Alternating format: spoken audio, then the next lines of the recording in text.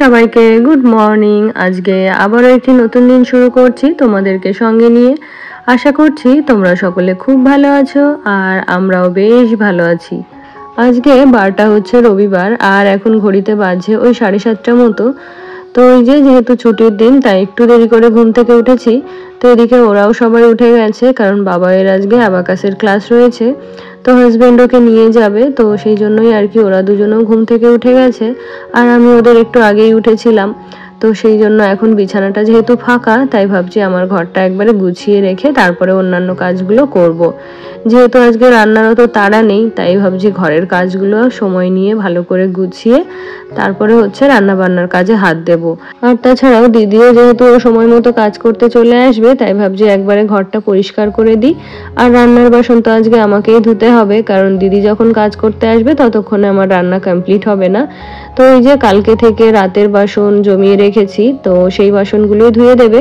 আর সকালে যা টুকটাক হবে সেগুলো তো ওই যে রান্না করতে করতে আমিই ধুয়ে নেব। তারপরে হচ্ছে আবারও ওই দুপুরবেলা থেকে বাসনগুলো জমিয়ে রাখবো। তো আজকে যেহেতু ছেলে হাজব্যান্ড ওদের দুজনেরই ছুটি, কিন্তু আমার সপ্তাহে দেখো ছুটি বলে কিন্তু কোনো দিনই নেই। তো প্রত্যেক দিনকার মতো আজকের দিনটাও এই যে শুরু করলাম ঘরের কাজকর্ম দিয়ে। তো এই ঘর গোছানো, রান্নাবান্না, জামা কাপড় কাচা, ঠাকুর পুজো দেওয়া, এগুলো তো আমাদের প্রত্যেক দিনই থাকে। তো আজকে যে কাজটা কম রয়েছে সেটা হলো ছেলেকে স্কুলের জন্য রেডি করানো। তাছাড়াও ওই যে সকালবেলা যেহেতু টিউশনে গেছে তো সেই জন্য ওকে তুলেছি, ওকে ফ্রেশ করিয়েছি, জামা কাপড় পরিয়েছি। তারপরে এত সকালে যেহেতু কিছু খেতে চায় না তো সেই জন্য একটুখানি দুধ হরলিক্স দিয়েছি, তো সেটাই খেয়ে গেছে। আর এদিকে হাজবেন্ডকে কিন্তু আজকে চাটাও দেওয়া হয়নি। তো ছেলেকে দিয়ে এলে তারপরে ভেবেছি হাজবেন্ডকে চাটা দেব। আর আমি তো ওই যে চাটা প্রায় অনেক দিনই খাওয়া বন্ধ করেছি। ওই ওয়েদার যখন ঠান্ডা থাকে তখন একটু খাই, তাছাড়া মাঝে মধ্যে সন্ধ্যাবেলাতে একটু চা খাই। আর সামনে যেহেতু শীত আসছে, ঠান্ডা, তো তখন তো চাটা লাগবে, মানে চাটা খেলে একটু ভালো লাগবে।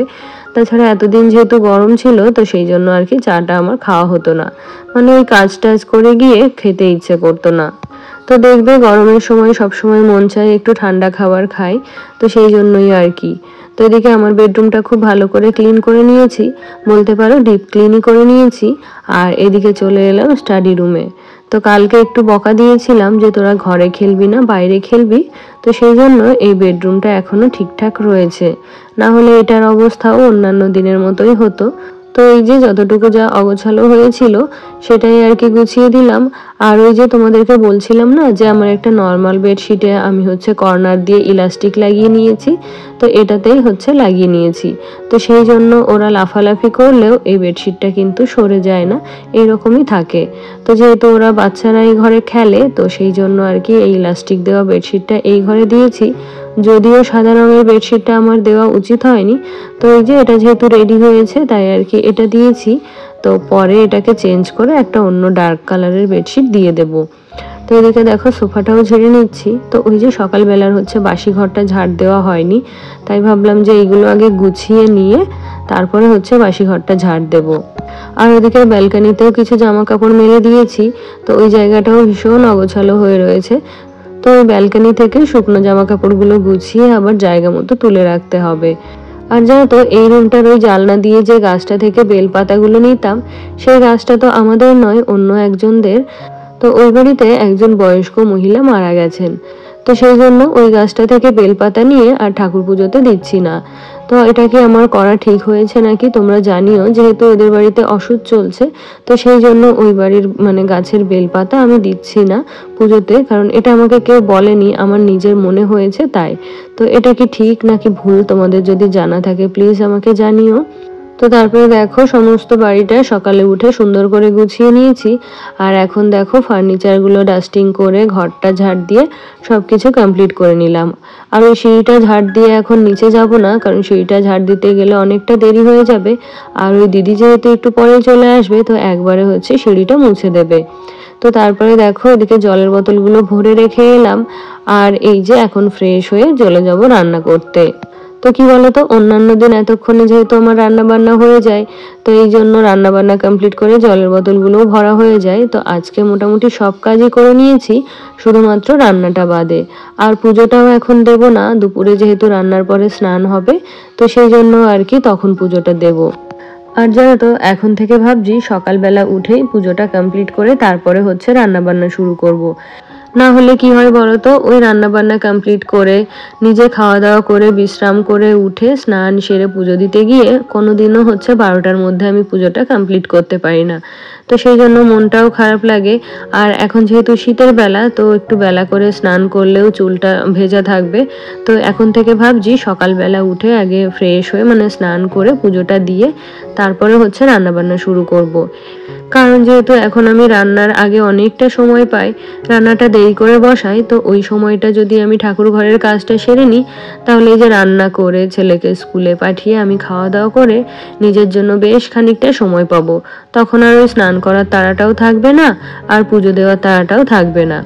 তো এদিকে দেখো ডালটা ফোড়ন দিয়ে নিলাম। তো আজকে করেছিলাম টমেটোর ডাল। তো হাজবেন্ডকে বলেছিলাম বাজার থেকে একটা পেঁপে আনার জন্য, তো সেটাও ভুলে গেছে। তো সেই জন্যই আর কি টমেটোর ডালটাই খাওয়া হচ্ছে। তাছাড়া ওকে যদি আমি বলে না দিই অন্য কোনো টক ফল, যেহেতু এখন জলপাই পাওয়া যাবে, তাছাড়া আম তো সারা বছরই পাওয়া যায়, তো ওগুলোর কথা যদি বলে না দিই ও কিন্তু নিজে থেকে কখনোই আনবে না। তো এই যে পেঁপেটার কথা বলেছিলাম ডাল খাওয়ার জন্য, তো সেটা ভুলে গেছে, তো সেই জন্য টমেটো দিয়েই ডাল করে নিলাম।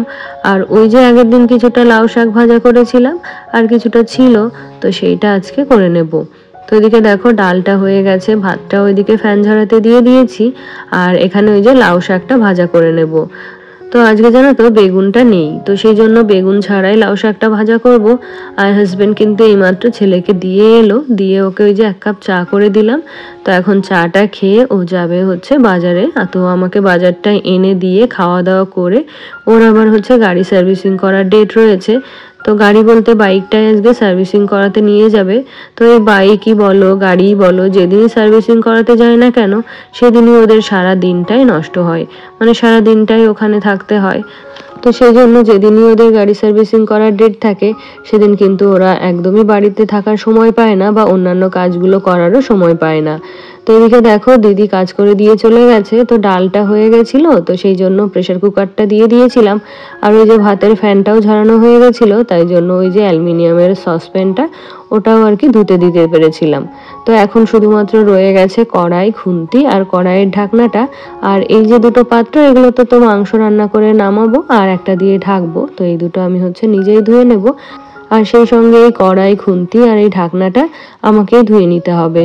তো দেখো আজকে বেশ অনেকটাই চিকেন নিয়ে এসছে, আর এখানে আজকে চিকেনের মধ্যে আলু দেব।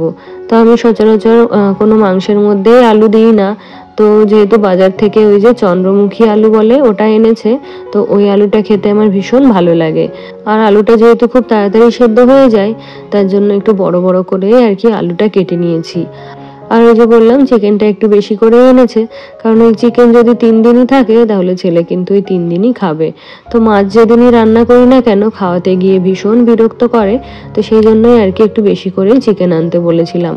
তো এদিকে দেখো একটুখানি চিনি ফোড়ন দিয়েছি, কারণ ওই যে ক্যারামেল হয়ে গেলে তারপরে যদি পেঁয়াজটা দিই তাহলে খুব সুন্দর একটা ফ্লেভার বের হয়। তো তারপরে দেখো যে আদা রসুন তারপরে জিরা লঙ্কার যে পেস্টটা হয় সেটা দিয়ে একটুখানি নুন হলুদ লঙ্কা গুঁড়ো দিয়ে মশলাটাকে কষিয়ে নিয়েছি।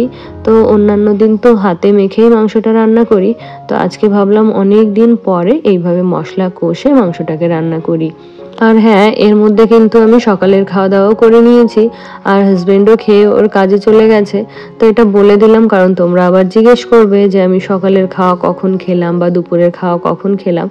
তো কি বলতো সকালবেলাটা ওই গুছিয়ে আর কি খাওয়া দাওয়াটা করা হয় না, তো সেই জন্যই আর কি তোমাদের সাথে ওই ক্লিপটা শেয়ার করা হয় না।